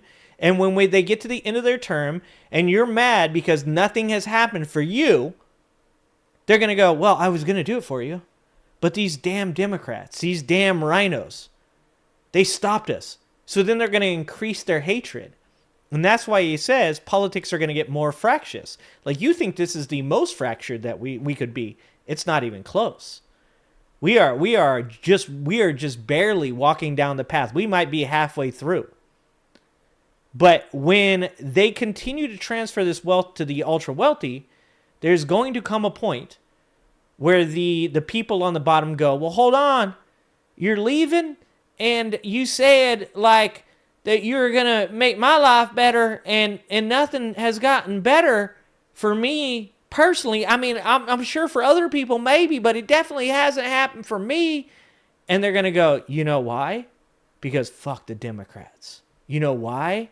Because those rhinos that didn't stand and support with us. If we would have just had more control, more people on our side. So you know what you need to do next time? You need to be angrier. You need to vote for more people like me. You need to vote for the people I tell you you should vote for. Because if you vote for those people, this time we're going to make it happen. And if that sounds familiar, it's because that's a pyramid scheme. It's because it's a Ponzi scheme. It's because it's a scam. It's, what do they call it? They call it butchering the pig nowadays. It's where they get you on the hook, and they get a little bit of money from you, and then they disappear, and then they come back, and they give you a story. And then they keep working you along and getting a little bit more and a little bit more and a little bit more. And then one day you realize you've given them control to your bank account and you can't fucking find them. That's what they're doing right now. And there's a bunch of dipshits like the ones over on Twitch. Twitch is filled with these people apparently that are literally fattening themselves up to be slaughtered by ultra billionaires, by ultra wealthy people. That pattern will continue. What will happen is anti-immigrant parties will come into power. I'll play something funny in just a minute. This is important. Inequality. People need to hear this shit. Sorry, and but that's the way this one's going to go. People need to hear this shit. People need to hear. You can't put blinders on, Christina. I love you. I appreciate you. I know you want to laugh. We did laugh just like 5 minutes ago. The reason I'm playing this is because I heard this and people need to hear this shit. We need to not bury our heads in the sand because it's too fucking hard to hear. One of my biggest criticisms of the left is that we shy away from confrontation. We shy away from the hard things. And the left really needs to remember civil rights didn't get done by people that were shying away from the truth. The civil rights movement got done because there is a lot of hard-ass people that are willing to sacrifice a lot of shit to get where they need to go. Gnome Dome, thank you for the $5. I personally would rather this content, but I think the crowd has spoken Titus. No! No Titus. Not until this is over. Not until this is over. I'm going to be honest with you. I told you guys before. I've told you guys this a million fucking times. I'm not here to give you what you want. I'm here to give you what you need. And if it don't work for you, I understand. There's lots of other people out there that are 100% worth your support. And I do not at any point, you'll never hear me say I'm mad at you, that you chose to do something. But I'm not up here to give people what they want. I'm up here to do what needs to be done. And so we're going to do this, and then we'll have some laughs. But first, we go through the pain, and then we get the glory. Yeah, it's suffrage, exactly. Power exchange between the centre and the anti-immigrant parties. What's happening, SOC? And because neither of these groups have any interest in reducing inequality, and inequality is itself increasing very quickly, things will get worse, things will get worse, things will get worse. And this can slide very quickly. And it's very hard for me not to be reminded of the early 20th century. And you don't need me to tell you, the audience don't need me to tell you where that ended up. When I see some of the ways that, for example, Muslims are talked about in the press, it's hard for me not to be reminded of how things went in that early 20th century. So what I would like to say to people who watch this channel who are... Hold on before he says that. SOCs, what do you think about the new Pope? So we already covered the Pope at the beginning of this, but as far as popes go, I think that he's going to continue what Francis was doing. I like what he had to say in the tweets. I mean, fuck, I can't believe that that's what we go off of nowadays. But it seems like as far as like a religious person goes, I've said this before, I'm not a huge fan of institutions. I'm not a huge fan of the religious institution. But if people are going to live a Christ-like life, I'm all for that. It seems like that he's 10 toes down on social justice. It seems like he's got, immigrants' best interests in mind. It seems like he's a person that's willing to listen to the downtrodden and the poor. So I think that to be honest with you, there's like one other guy, and I can't remember him right now, his name. I looked them all up before the process that I thought would be a better one. But I was surprised in a very positive way by what I found out about him. And I think that he's going to be very good for America. Yeah. Okay, I'm working on it, Christina. All right. Probably in many cases focused on, I'm going to try to get mine, I'm going to work. Do that. Do what you can. Make as much money as you can for yourself, for your family. Buy property, buy the stock market. Try and get financial security. Wealth is being transferred from ordinary families to the rich. If you don't play politics, if you don't play that which group gets the wealth and which group loses the wealth, I guarantee you the rich will play. And if they play and you don't play, they'll win. And you can try as you like to be in the top 5%. And next year it has to be the top 4%. That might have been the guy. And I was next year it has to be the top SOC. 3%. Next year has to be There the was top 3%. one guy that I forget who he was. But I think it was, what the rich in my want opinion, is for you to be playing this kind of Squid Game where we all say, listen, I know 99% of us get killed here, but I'm going to be the guy that wins. Well, So, okay, I'll say this and then we'll move on to Titus, okay? What he's saying is incredibly important. And I say this all the time. There are times where it is very important that you take care of you, but there is always a time, once you've taken care of you, that you take care of others. It's a big part of mental health, right? In mental health, too many people that are broken try to help other people that are broken and don't understand that they're causing that person's burden to actually be heavier, because then they take on their burden and then it's just a conduit of two people pushing back and forth this really negative energy. So oftentimes in many relationships, the best way for a person to help another person is to first work on themselves. So when it comes to wealth, when it comes to stability, the best thing that we can do is first make sure that we're good. There's nothing selfish about that. There's nothing selfish about taking care of your family. There's nothing selfish about taking care of your friends. It's selfish when you get to a point that you can readily take care of your family, your friends, and then you do not ever want to think about anybody else, because now you become insecure because you think that one day you may wake up and that security blanket will no longer be there and everything will fall apart. And when he says you have to play the game still, it's very important, because sometimes on the left, there are people that look down on somebody for wanting success, for wanting to make some money. But that's not the right attitude to have. We shouldn't have that attitude. We should embolden people to be successful. We should embolden people to take care of themselves and find a firm foundation. And then we should also encourage them to take care of others. Somebody just pointed out Bill Gates giving away the rest of his wealth over the next 20 years. I believe that being a billionaire shouldn't be illegal, but it should be immoral. I believe that if you are a billionaire, there's nothing wrong with working your way to that level of success. It's what you do with that success that matters. I'm a fan of Warren Buffett. Warren Buffett is a billionaire. But Warren Buffett also believes that he should pay more in taxes than his secretary. He's also a person that's giving away his wealth before he dies. He's not going to allow his children to inherit it. He's going to give it to philanthropy. He's also a person that has given out advice countless times to people to try to help make their lives better. There is a way to be wealthy and take care of people that is not immoral. And we still need to be able to tell the difference between those two things.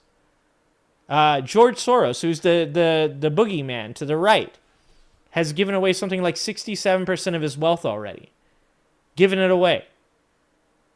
That's what people should be doing. They should be helping with that wealth. So I just want to say this before we move on to Titus, because what this gentleman says here, and please go watch this fucking video. I know, we're just as bad as anybody else. We just want to be entertained all the goddamn time. Go watch this video and listen to what this gentleman has to say. And yeah, go forward to where I'm at, hour and 9 minutes in, because a lot of it is just trade talk. But if you if you want to fight a war, and this is a war, you have to have the right weapons. And the only way that you're going to have the right weapons to fight this war that we're dealing with right now is by listening to people that have really good fucking ideas, researching them, thinking about them, turning them over in your mind, and then putting them into effect in your personal life. I would like to believe that this war could be won by me standing up here telling you guys these things, but that's not true. It's not enough. You have to affect change. And the best way to affect change in your life and others' lives is take care of yourself, take care of your family, mind your bubble, and then take care of those that you can. And if everybody does that, then we're going to win. Okay? Now we'll watch Titus. Now we'll watch Titus, guys. Now half the chat left. Oh, look, it's like the first thing. Yeah.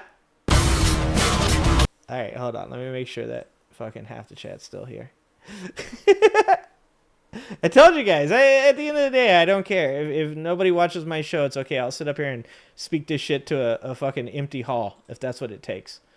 What up, Midas, Kevin? What's going on? All right. Let's see. The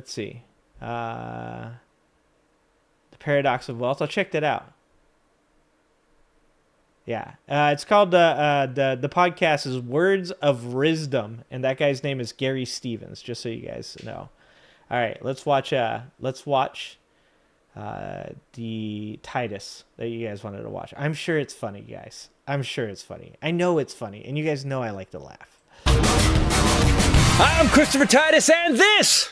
What up, Venture? Is the Armageddon update. Well, now that the tariffs are showing up in prices from stuff from Temu, and the dollar store has added a plus tariffs to its sign and is now the $9 store. Oh, no. Is that real? Nah, it's not real, right? Tell me that's not real. You know, the weirdest part is that this douchebag said he's the leader of the country, and he also said in an interview he's leader of the world. I run the country and the world. The guy is such a twat. How could he piss off every country in the world with one sentence? That's a special kind of stupid. I mean, W had to actually vomit on the Japanese prime minister to get the same reaction. No! Oh, no! This guy's our leader, our boss, our CEO. No. Think of us as the board of directors, the American public. He works for us. Our last CEO, Biden, ran the company without drama. He saved us from the damage this guy did the first time, and some of our board of directors, or 30% of them, were throwing their own feces and eating boogers. They also decided eggs were too expensive, so they decided to re-elect this douchebag. Now that the stock market has dropped, prices are up, and farmers have had billions of contracts canceled by other countries because of tariffs this dickhead implemented. The impact of Trump. By the way, the UK deal that was done today, Donald Trump keeps talking about bringing back the steel industry, and he reduced the tariffs on the UK for their steel industry and is allowing more imports of it. He talks about bringing back the auto industry, and he capped out the UK's ability at 100K. By the way, last year, the UK brought in 92,000 cars. I know that some people are going to think, oh, well, Donald Trump, he got something done. He got a deal done. And believe me, like I said before, I don't want to see bad shit happen to middle-class people. I still root for America to get good trade deals. I don't believe in, rooting for the pilot to crash the plane. But we literally just made a deal with the UK, who made up something like 2% of our total trade last year. So first of all, it's not great, but it's not something that benefits us. Again, it's not something that is amazing. And I saw somebody in chat actually say it. In 5 years from now, they'll be complaining that somehow we got screwed. And that's because Donald Trump was the person that made the fucking deal. I mean, he made the deal with Canada and Mexico that he complains about today. It was very underwhelming. And all the details have not been shown. All the details have not been shown. But it is very underwhelming. And I don't see that this is going to benefit, once again, middle-class Americans. This will benefit corporations. Once again, it's not going to bring back jobs. It's not going to make us all rich. It's not even going to make things cheaper. It's just benefiting corporations. Once again. Trump's tariffs is being felt in the heartland. Farmers who rely on China to purchase their soybeans now concerned. Cheddar Mussolini says it didn't happen. President Truman said the buck stops here. That was in 1953. And look how far we have come in 70 years. Now we've got a president making millions off a meme coin. And he said the top 25 buyers will have access to the White House. But we don't know. So here's my thing with that, Troy. We are so desperate for a W that we will take any W. And that's a sad state of affairs for America. I don't look at what happened with the UK thing as a W because it's not an improvement. Like you have to, okay, so in any equation, you have to see what you give up and what you get, right? So I tell employees, I'm like, when you're making a decision, right? You should write out a pros and cons list. What did I get and what did I lose? Or what do I get and what do I lose? And in this situation, we don't have some kind of massive increased trade. First of all, they weren't a huge trade partner. Second, the lowering of the beef standards or the encouragement of lowering the beef standards to import more beef into the UK, right? That's not going to help middle-class people. That's not going to help small farmers. That's going to help gigantic corporations. My idea, if you want something that you can hold me to, Troy, something that you can say, here's a W. You said this is what a W is, and Donald Trump pulled this off, and I will have to say you are correct. It will be a place where legitimately jobs are coming back to America in a manner that puts Americans in a place where they will be able to get jobs that have health care, that are high paying, that allow maternity leave and vacation time and sick time. It needs to be a deal that does not enrich corporations because trickle-down economics do not work. It needs to be something that means something to middle-class Americans, not to corporate fucking capitalistic cronies. And if you can show me in the next 4 years a time where Donald Trump legitimately makes life better for everybody in the middle class, because he's going to have to do that, because what he's lost is our alliances with the globe. He's pushed our allies into the arms of other people. Those are trade agreements that we'll never get back. He's taken our ability to purchase cheaper products and has instead put tariffs on those people, which will be impactful on all Americans, not just the middle class, but mostly the middle class and the impoverished. What he's trying to do right now is going to have to result in such a huge gain for America that it would completely cancel out the deportation of people within our society without due process. It would need to cancel out the loss of alliances with people that we have been allied with through 2 world wars. It would need to negate the fact that we have been unable to stop things like the problem with the cocoa production on the Ivory Coast that has not only increased the cost of goods coming from there, but potentially has destroyed our ability to get those products from that place because we're literally destroying their crops because we are refusing to invest in their infrastructure. If you understand what I'm saying here, Troy, it's that at this point, people are so desperate for a W that they'll take anything, and Donald Trump knows that. I'm not that person. if you want me to be impressed, if you want me to feel like all of this was worth something, then the lives of Americans not only have to get better, but they have to be the best. And if they don't, then it's not a W. It's just not a W. Which dick is buying the meme coin? Sorry, which dictator is buying the meme coin? We, the American public, are the customers. Fat bastard is supposed. Cheddar Mussolini says it didn't happen. President Truman said the buck stops here. That was in 1953. And look how far we have come in 70 years. Now we've got a president making millions off a meme coin. And he said the top 25 buyers will have access to the White House. But we don't know which dick is buying the meme coin. Sorry, which dictator is buying the meme coin? We, the American public, are the customers. Fat bastard is supposed to work for. We pay taxes for their service. We purchased good leadership. There's nothing worse than getting fucked over when you pay for something. This is when a company just decides, well, we got your money. Now we're going to do what we want. We're going to have a big, beautiful parade. A military parade? Yeah, sure. Okay. We're going to celebrate like that. We have the greatest what's military the price in the world. Tag? Do you People, peanuts compared to the value. It's brutal and you feel helpless. Let me tell you a story. I recently bought a truck from Dodge Ram, my fourth one, and I use them for my company, and I always feel like a man driving that thing, you know? Got a Hemi, hell yeah! The three I've owned before this new one were pretty great, so I upgraded. But they killed the Hemi. Moment of silence. So I bought the 2025 Twin Turbo 6 Limited Ram 1500. 540 horsepower. Hell yeah. My tiny manhood feels bigger than it did a minute ago. Top of the line. Pickup trucks cost what a decent Mercedes costs now. Because America.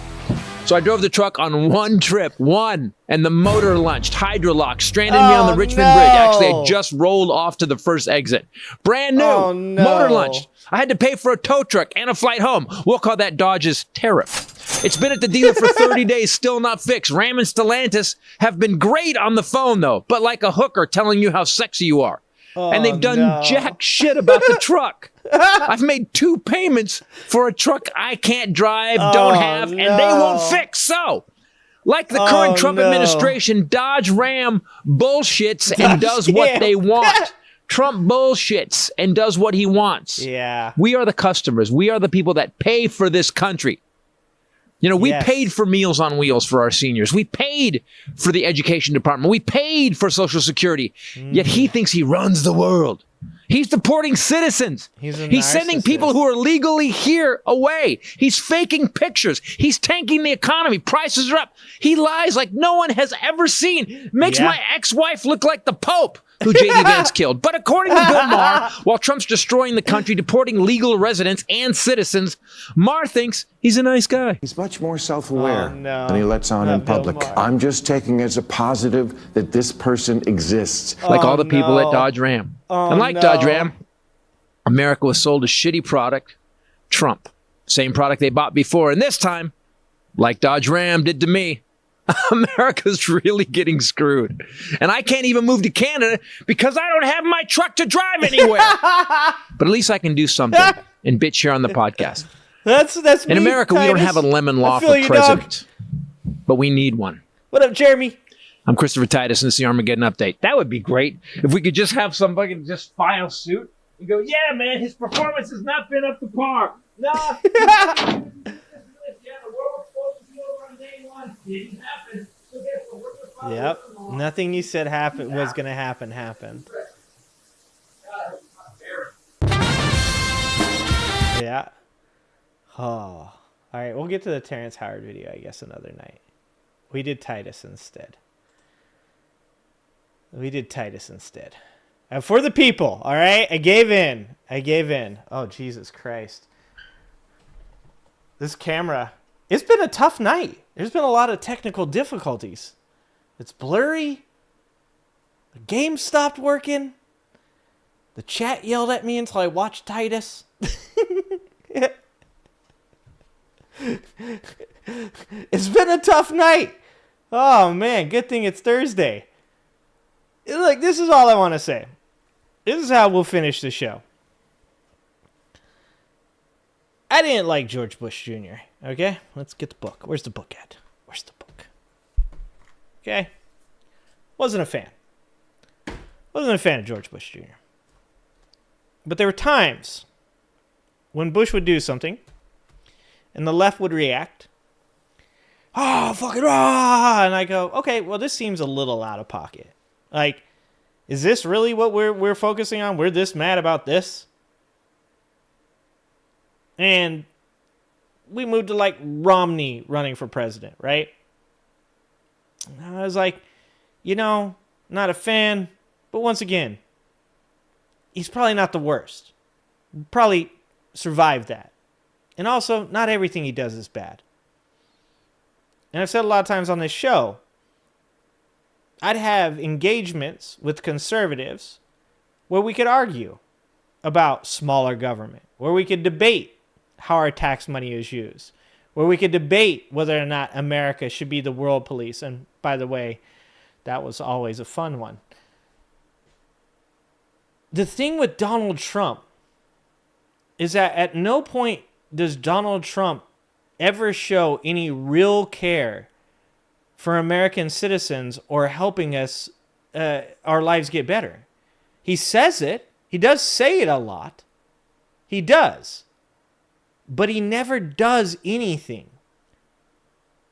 There's nothing that Donald Trump has done, not just in this administration, but it's in his past administration, that hasn't in some way been connected to personal enrichment. The best thing that Donald Trump ever did was the Operation Warp Speed COVID vaccine, right? And he did it while telling people that it was just a flu. He did it while telling people we're going to be fine by Easter. Because even in a moment when he had a chance to be a legitimately good president and do the good thing for people, he didn't want to lose the cult. He didn't want to lose the adoration, the love. I play this game, right, with Trump supporters to show how A, they're super biased, and B, they don't know shit about Donald Trump. Where I'll say, I can name 3 things that he did that were good for his first term. You name 3 things that Biden did, and then we'll switch it around. And you name 3 bad things that Trump did, and I'll name 3 bad things Biden did. So I can tell you, once again, space exploration. He refunded NASA after, for a long time, the left didn't want anything to do with funding NASA.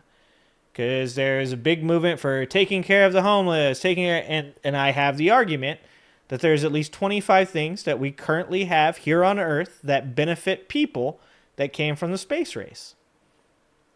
Once again, I was like, good job, man. Good job, man. But why did he do that? Because he wants to be the first guy to go back to the moon. Why did he do it? Because he wants to be the guy that sends people to Mars. It's not for you, it's for him. And you can only spend so much fucking time sitting around waiting for a despot to do something good for people before you just give up and go, this motherfucker don't care. And it got worse this time around. It got way worse this time around. Because he don't even need the cult anymore. When he said, I won't need your vote, the left took that as he's going to steal the election. I took that as he ain't going to give a fuck about you. He's literally saying to your goddamn face, just give me your vote and we ain't ever going to have this conversation again. You gave me what I wanted and I get to walk away knowing I submitted myself as in my own head as being the greatest president in the United States of America. The person they said he could never win once, I won twice. To be 100% honest with you, he is the most basic bitch of presidents that has ever existed. He just wants to believe in his own head that he was the greatest president that ever existed. Even if political historians mark him down as one of the worst. Top 3 best presidents that have ever existed. Abraham Lincoln, George Washington, Teddy Roosevelt. Don't believe me? Look that shit up. It's not just my opinion. It's people that knows opinion. People that research this shit. People that made this their life. Every one of those people did the right thing when it was necessary to do it. George Washington did not want to fight for independence. He was a crown crony, and he chose to take up the mantle. And though George Washington had a lot of faults, he's a shitty general for one thing, but he had a lot of faults. But given the chance to do the right things and be a good politician, because the one thing you have to give George Washington was he was the very epitome of what a politician is. He chose to step away from power. He chose to instead be adverse to taking that power. He had to be convinced every step of the way to take that power. Abraham Lincoln could have chosen to capitulate. Could have just worked with the South and allowed slaves to exist. He could have removed U.S. Grant when many people thought that he was a butcher and he was losing lives needlessly, and he could have coasted in the next election by just accepting that slavery was okay. But he didn't, and he still won that election, and he paid for that with his life. Teddy Roosevelt, Teddy taxed the rich. Teddy fought the robber barons. Teddy took a bullet, didn't graze his fucking ear, took it in his chest, and Teddy finished that fucking speech. Teddy Roosevelt was one of the most progressive presidents that has ever existed. That's why they're 1, 2, and 3. And that's why Donald Trump will never, ever even smell the top 10. Donald Trump belongs in the bottom 10. Donald Trump belongs in the bottom 2. It's him and Franklin Pierce, in my opinion. And the reason he can't get a W is because when you're that far in the hole, when you get a W, you ain't seeing no light. You haven't even came close to the lip of the hole. The only way that Donald Trump brings himself out of this shit is if Donald Trump literally starts doing the right thing and starts helping the Americans that matter. All right, guys. I love you guys. Thank you so much for dealing with my shit. I know. You guys want... I've said it before. I tell my wife, they're like, shut up and make me laugh, clown. And I try. I do try to make you guys laugh. But at the same time, I also feel like it's important to share real shit, too. Because that's where we're at. We need to laugh. We need to not lose the joy that we have in our lives. But we also need to be aware that what's going on right now, it ain't normal. No show tomorrow. I'm taking the day off. Okay? It's been like 4 or 5 days in a row. All in a row. And look, you can't come in trying to troll me at the end, Solus. You gotta troll me during the fucking the show, so that way I can yell at you and call you a fucking moron. Dude, I can't even begin to even deal with the sense of morality that you just wrote out. Holy shit. you gotta troll me during the show, dog. Not at the end of the show. Come back later and I'll yell at you. All right, guys. End of the day, I'm taking tomorrow off. I'm gonna enjoy my day. I think you guys should too. We'll be back on a Saturday for a new stream, 5 o'clock Pacific. We'll have some laughs, have some fun, and share some information. Until then, stay safe out there. Buy ammunition. Stand up for your people. Love the people around you. Treat them fairly. And toe the fucking line. All right, guys. Love you guys. Appreciate you guys. Hope to see you next time.